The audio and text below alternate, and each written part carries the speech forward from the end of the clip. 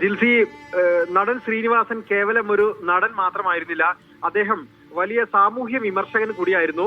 കേരളത്തിലും അതുപോലെ തന്നെ ലോകത്ത് നടക്കുന്ന മാറ്റങ്ങളെ സൂക്ഷ്മമായി അദ്ദേഹം പഠിക്കാൻ ശ്രമിക്കുകയും അദ്ദേഹത്തിൻ്റെതായ ഭാഷയിൽ അദ്ദേഹത്തിന്റെ സിനിമയിലും എഴുത്തിലുമെല്ലാം അത് കൊണ്ടുവരികയും ചെയ്ത അതുല്യനായ ഒരു കലാകാരനാണ് ശ്രീനിവാസൻ എന്ന് പറയുന്നത്.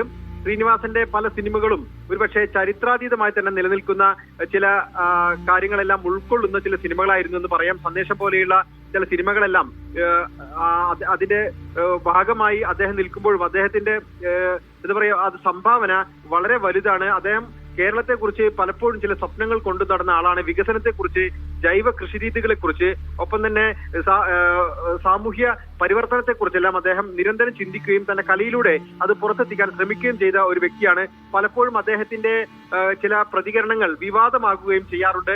ആ അർത്ഥത്തിൽ എപ്പോഴും ഒരു സമൂഹത്തിന്റെ മധ്യത്തിൽ ജീവിച്ച, സമൂഹത്തിന്റെ കൊള്ളക്കൊടുക്കുകളെ കുറിച്ച് നിരന്തരം ആലോചിച്ച ഒരു കലാകാരൻ കൂടിയാണ് ശ്രീനിവാസൻ.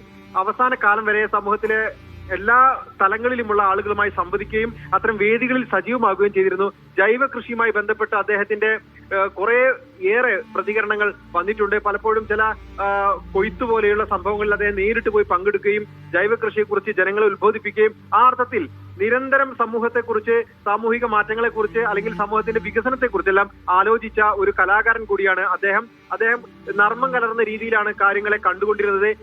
എല്ലാത്തിലും അദ്ദേഹത്തിന് അഭിപ്രായമുണ്ടായിരുന്നു. പലപ്പോഴും സ്വതന്ത്രമായ അഭിപ്രായം പറയാൻ അദ്ദേഹം രാഷ്ട്രീയ നേതൃത്വത്തെയോ അല്ലെങ്കിൽ സാമൂഹിക ശക്തികളെയോ ഒന്നും അദ്ദേഹം ഭയന്നിരുന്നില്ല എന്നുള്ളതാണ് പ്രധാനം. ആ അർത്ഥത്തിൽ